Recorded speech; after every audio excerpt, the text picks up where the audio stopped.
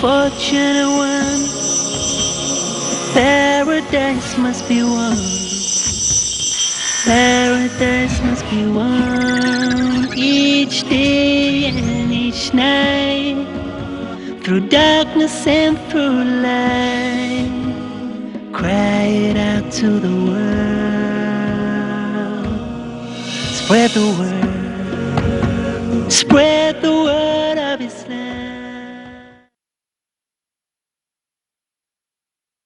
أعوذ بالله من الشيطان الرجيم بسم الله والحمد لله والصلاة والسلام على رسول الله.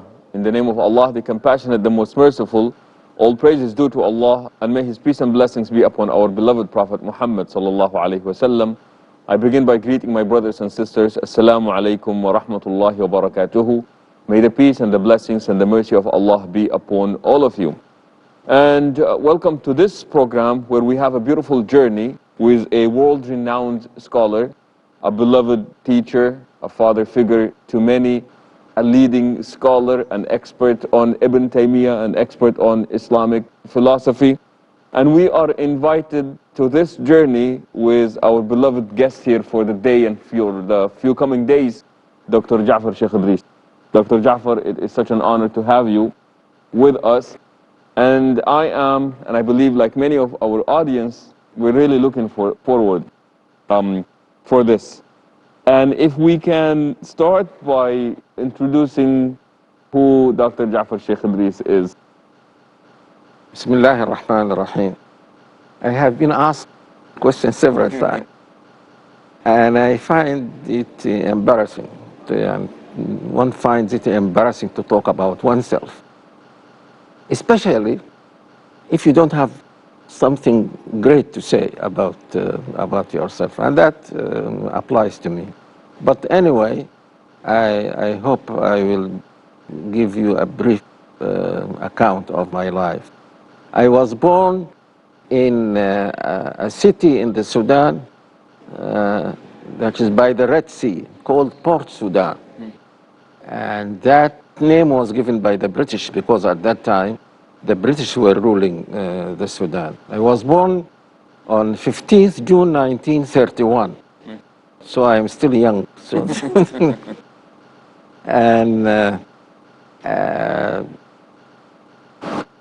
when I was, must be 2 or 3 years old, I went to, like all the children of Muslims at that time, my parents took me to the Khalwa, what is called Khalwa in the Sudan, but what is called madrasa, I think, in this in the subcontinent they call it madrasa, and in some places they call it kutab. Kutab, yes. This is the place where you study Quran. At the age of 6, something terrible happened to me, and still there. I was playing and I stepped on a nail, and it seemed that the nail broke the bone inside.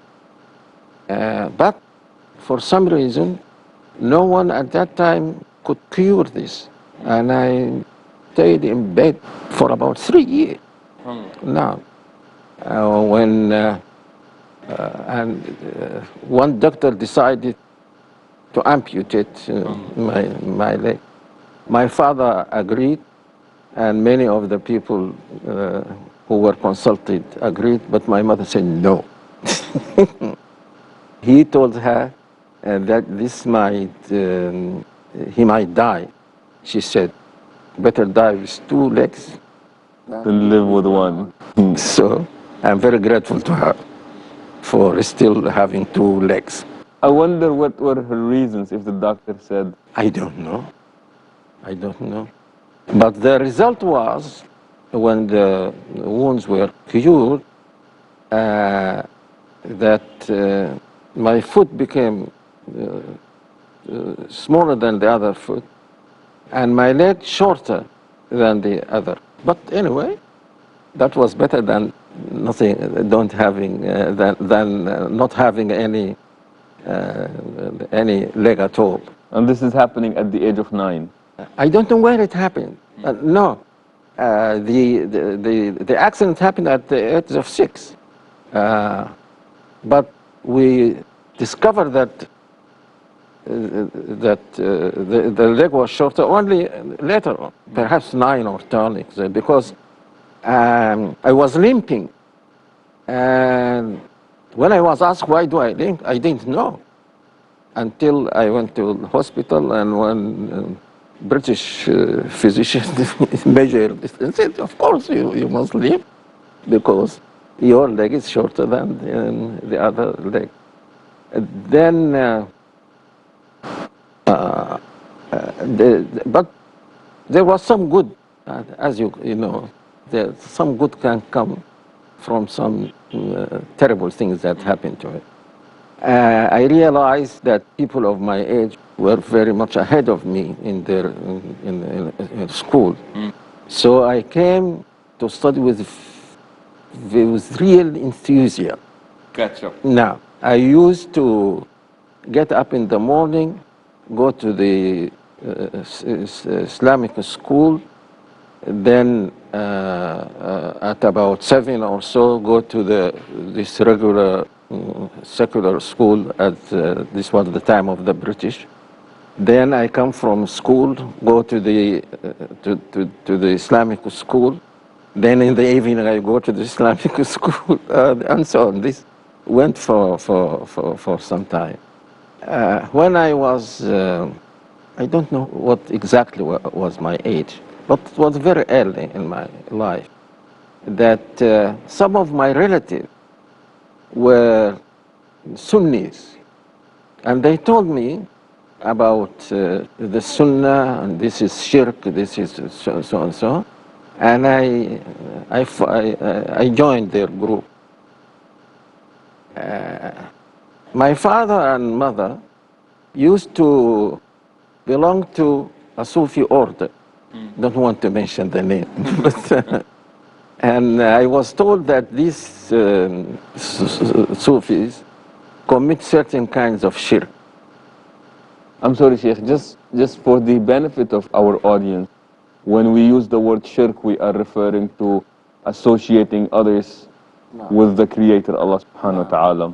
Yes, yes. Especially, for example, when you make, you invoke their help, or you make dua that they save you, or and so on. This is kind of shirk. But of course, no one prays to them or now. So now you're faced with this, if I can call it a dilemma. No. You're belonging to this orthodox group, if I can call it, and your parents are following the Sufi order. Now, these, and something unfortunate happened to me. These people made a very big celebration. I don't know what they were celebrating, very near our home. And everyone went out to take part in that, except me. You stayed behind. I stayed. And pretended, I sat by my desk and pretended to be studying. A very committed student. No. My mother came and told me to go and join the people. I said, Mother, I'm busy, I'm studying, and so on. She said, no, you have to go. And we used to respect our mother very much and to obey her. But I refused. And that was something she couldn't bear at all. And she boycotted me for several days. That's serious. No. But again, I was fortunate because she used to respect someone who was her relative. He was a learned person, and he was a Sunni. She didn't know this. And he came and reconciled us, and he told her that what Jaafar did is right, and so on. She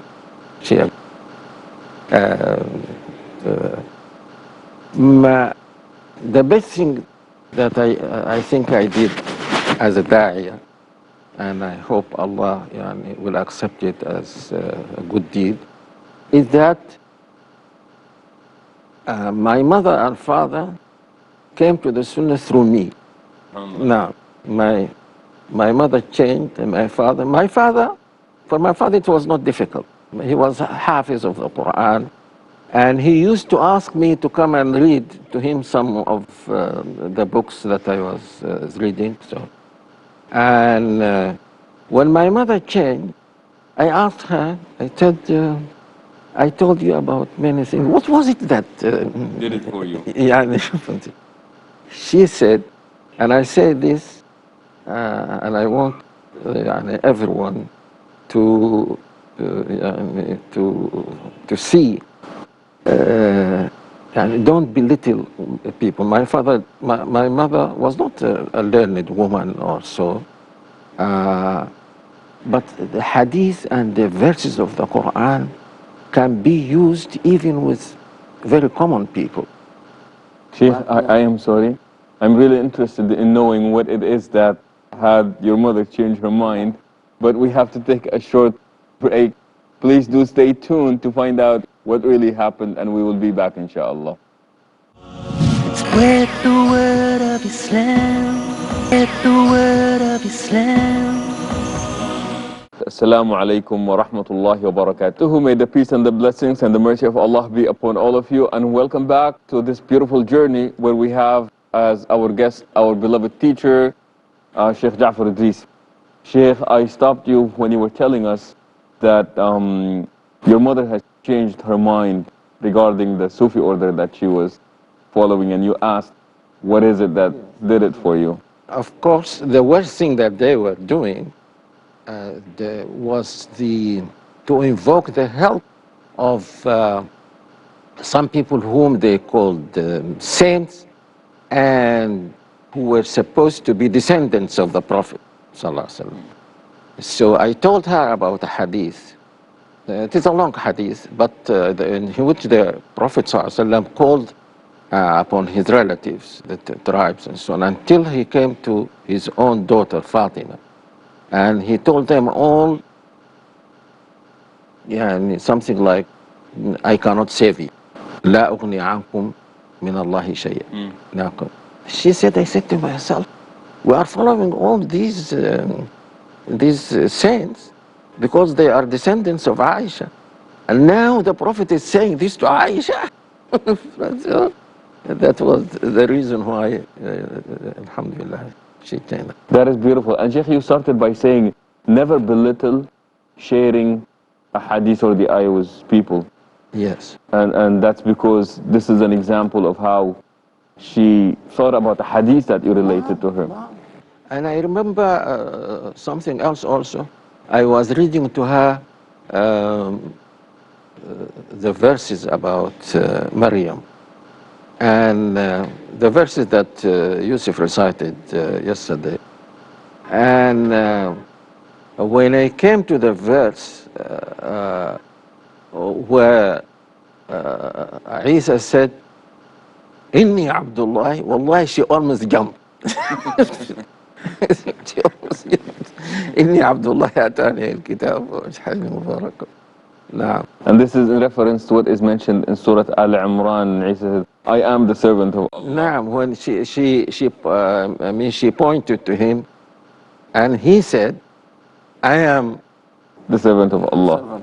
That's in Surah Maryam, yes. Naam. Yes. What else? Then I joined that group, as I said, and I benefited very much from them. It was through them that I came to know Ibn al-Qayyim and Ibn Taymiyyah. And at first, I found Ibn Taymiyyah very difficult to understand his books. So, and I used to read Ibn al-Qayyim more. Then I went to high school, where at that time, communism was very strong in all the world. That was the time of Stalin and so on. And the communist parties in the Arab world were very strong.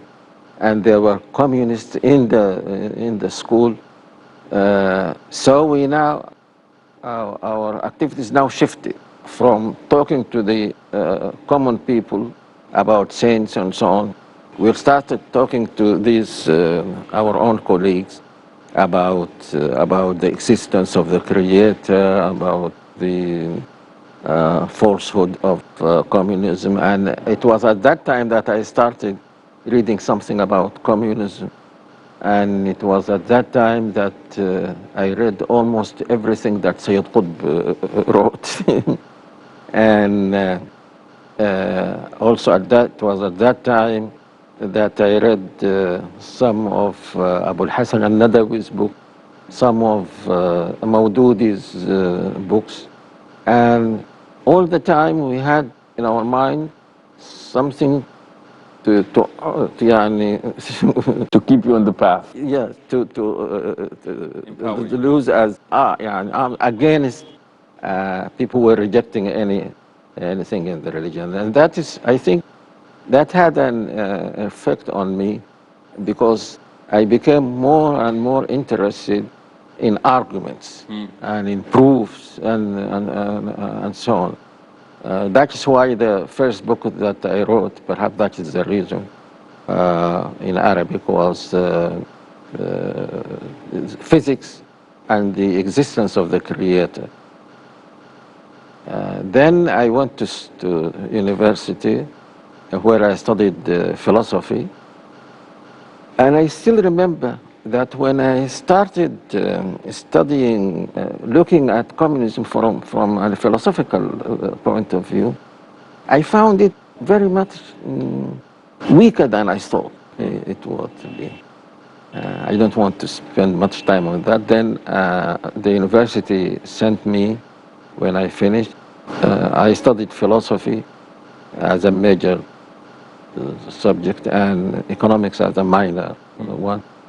And Sheikh, I'm sorry, before we go on, I find it interesting that keeping in mind the background that you came from, that you chose to study philosophy. In fact, I didn't choose. I just found myself compelled to study philosophy. That was, we were the first students to study philosophy.